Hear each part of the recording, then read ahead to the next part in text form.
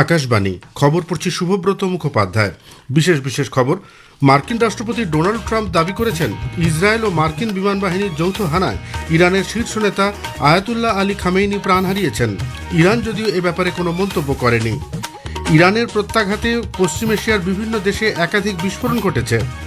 ভারত জানিয়েছে তারা আলাপ আলোচনা ও কূটনীতির মাধ্যমে পরিস্থিতি স্বাভাবিক করার পক্ষপাতী।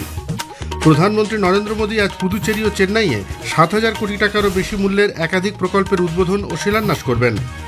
পশ্চিমবঙ্গে গতকাল অসম্পূর্ণ চূড়ান্ত ভোটার তালিকা প্রকাশ করা হয়েছে। এই তালিকা অনুযায়ী মোট ভোটদাতার সংখ্যা দাঁড়িয়েছে 6,44,52,609 জন। কলকাতার ইডেন গার্ডেন্সে আজ টি-20 ক্রিকেট ওয়ার্ল্ড কাপের গুরুত্বপূর্ণ ম্যাচে ভারত ওয়েস্ট ইন্ডিজ মুখোমুখি হবে। খেলা শুরু সন্ধ্যে 7টায়।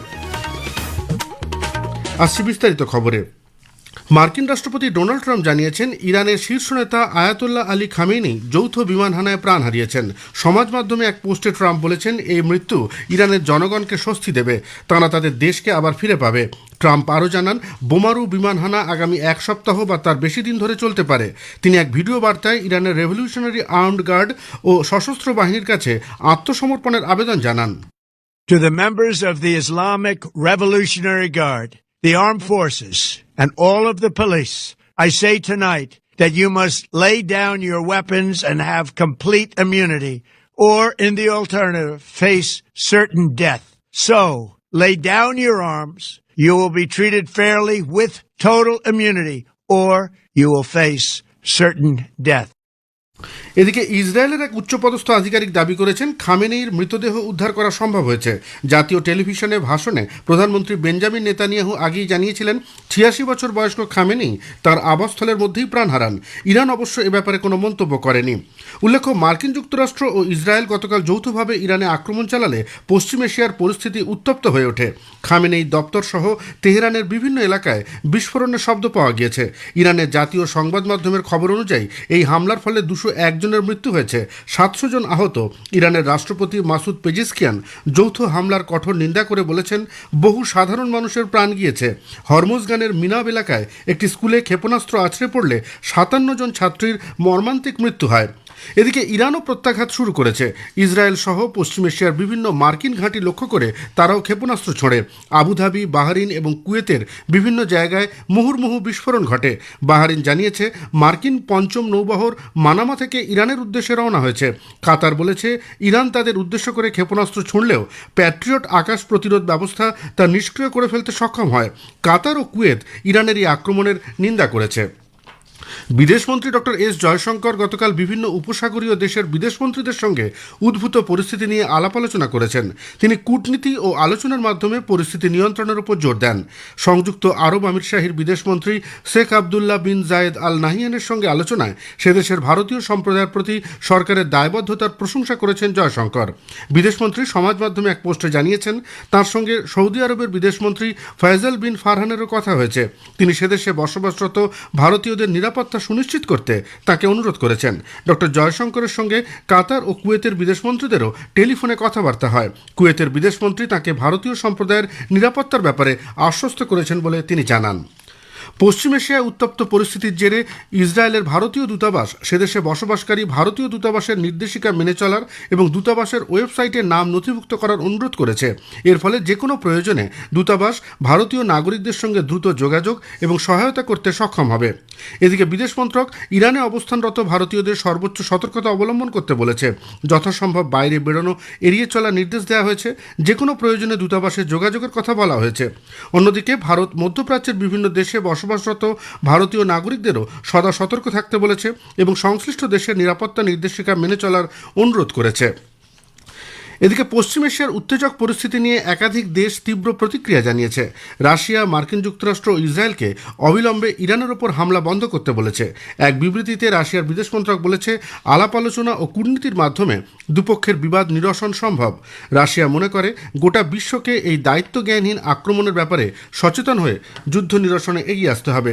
ইউরোপীয় কমিশনের president Ursula von der Leyen এবং ইউরোপীয় কাউন্সিলের প্রেসিডেন্ট আন্তোনিও কোস্টা বলেছেন ইরানের সাম্প্রতিক পরিস্থিতি খুবই উদ্বেগজনক। অসামরিক বিমান পরিবহন মন্ত্রক জানিয়েছে ইরান এবং ইসরায়েলের মধ্যে উত্তেজনা বৃদ্ধির কারণে আজ 444টি উড়ান বাতিল করা হয়েছে। সামাজিক মাধ্যমে এক পোস্টে মন্ত্রক জানিয়েছে যে যাত্রীদের নিরাপত্তা এবং পরিচালনা সংক্রান্ত নিয়ম মেনে চলা নিশ্চিত করার জন্য অসামরিক বিমান পরিবহন মহানির্দেশালয় বিমান সংস্থাগুলির সঙ্গে ঘনিষ্ঠ যোগাযোগ রেখে চলেছে। ইরান এবং মধ্যপ্রাচ্যের কিছু অংশে আকাশসীমা সংক্রান্ত বিধিনিষেধের কারণে গতকাল 410টি উড়ান বাতিল করা হয়। বিমানবন্দরে যাওয়ার আগে যাত্রীদের বিমান সংস্থাগুলির সঙ্গে যোগাযোগ করে সর্বশেষ উড়ান পরিস্থিতি জেনে নেবার পরামর্শ দেওয়া হয়েছে। যাত্রীদের সহায়তার জন্য মন্ত্রকের কন্ট্রোল রুম খোলা হয়েছে। এয়ার সেবা প্ল্যাটফর্মের মাধ্যমে উড়ান সংক্রান্ত বিভিন্ন অভিযোগ গ্রহণ ও তার তাৎক্ষণিক প্রতিকার নিশ্চিত করা হচ্ছে। এয়ার ইন্ডিয়া জানিয়েছে মধ্যপ্রাচ্যের বিভিন্ন গন্তব্যের উড়ানগুলি আজও বাতিল থাকছে। এইসব বিমানে যাত্রীদের সঙ্গে যোগাযোগ রেখে চলা হচ্ছে। এছাড়া দিল্লি এবং মুম্বাই থেকে New York, Chicago, Toronto, Frankfurt, Heathrow, Gatwick, লন্ডনগামী মোট 28টি বিমানও আজ বাতিল থাকবে বলে এয়ার ইন্ডিয়া জানিয়েছে। প্রধানমন্ত্রী নরেন্দ্র মোদী আজ তামিলনাড়ু ও পুদুচেরিতে 7,100 কোটি টাকা মূল্যের বিভিন্ন প্রকল্পের উদ্বোধন ও শিলান্যাস করবেন।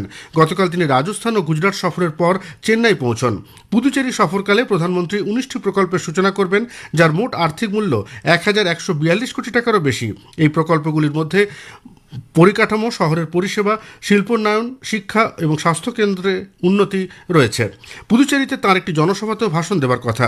প্রধানমন্ত্রী আজ সেখানে ই বাস সেবা উদ্যোগ, স্মার্ট সিটি মিশনের সুসংহত নিয়ন্ত্রণ কেন্দ্র স্থাপন, অর্থনৈতিকভাবে পিছিয়ে পড়াদের জন্য আবাসন, নিকাশি ও পানীয় জল সরবরাহ সংক্রান্ত একাধিক প্রকল্পের উদ্বোধন করবেন। আজ তাঁর 750 একর জায়গার উপর গড়ে ওঠা কারাসুর সেদারাপেট ইন্ডাস্ট্রিয়াল এস্টেট উদ্বোধন করার কথা।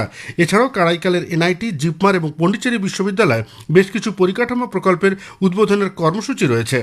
এরপর তিনি বিকেলে মাদুরাই পৌঁছে 4,400 কোটি টাকা মূল্যের পরিকাঠামো সংক্রান্ত বিভিন্ন প্রকল্পের সূচনা করবেন। মাদুরাইয়ে প্রধানমন্ত্রী এনডিএর একটি জনসভায় ভাষণ দেবেন। তারপর তিনি মাদুরাইয়ে সুব্রমণিয়া মন্দিরে পুজো দেবেন বলে জানা গেছে। প্রধানমন্ত্রী গতকাল গুজরাটের সানন্দে Micron semiconductor technology India private লিমিটেডের সেমিকন্ডাক্টর সংযোজন, পরীক্ষা এবং প্যাকেজিং শিল্পের পরিকাঠামোর উদ্বোধন করেছেন। তিনি বলেছেন, আজকের দিনটি ভারতের সেমিকন্ডাক্টর শিল্প বিকাশের উল্লেখযোগ্য মাইলফলক হিসাবে বিবেচিত হবে। अभी तक सेमिकॉन इंडिया प्रोग्राम के तहत कुल 10 प्रोजेक्ट्स को मंजूरी दी जा चुकी है। इनमें से माइक्रोन के अलावा 3 और प्रोजेक्ट भी बहुत जल्द प्रोडक्शन शुरू करने वाले हैं। और हम जो सेमीकंडक्टर इकोसिस्टम बना रहे हैं वो किसी एक रीजन तक सीमित नहीं है, ये पैन इंडिया है।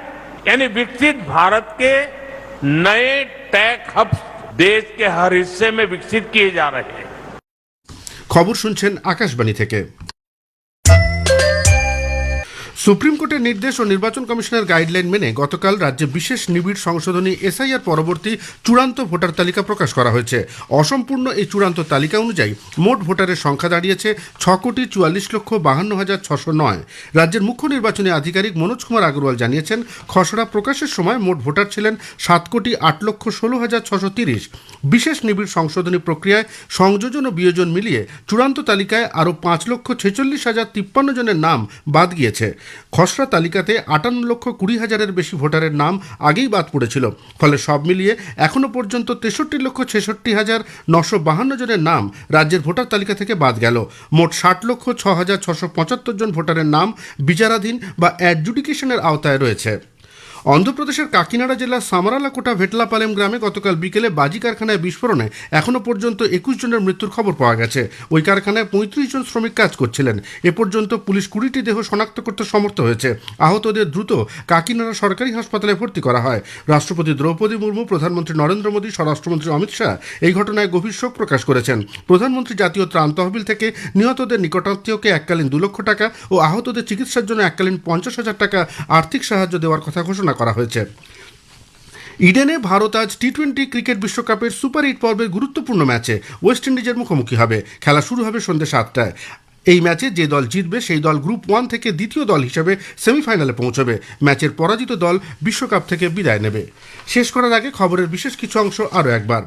মার্কিন রাষ্ট্রপতি ডোনাল্ড ট্রাম্প দাবি করেছেন, ইসরায়েল ও মার্কিন বিমান বাহিনীর যৌথ হানায় ইরানের শীর্ষ নেতা আয়াতুল্লাহ আলী খামেইনি প্রাণ হারিয়েছেন। ইরান যদিও এ ব্যাপারে কোনো মন্তব্য করেনি। ইরানের প্রত্যাঘাতে পশ্চিম এশিয়ার বিভিন্ন দেশে একাধিক বিস্ফোরণ ঘটেছে।